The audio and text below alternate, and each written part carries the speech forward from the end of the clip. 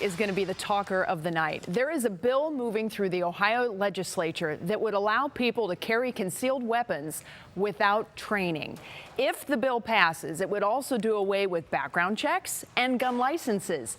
And anyone carrying would not have to notify police about their guns if they're pulled over. A committee in the Ohio House is scheduled to vote on the measure, and it would still have to pass the full House and Senate before taking effect.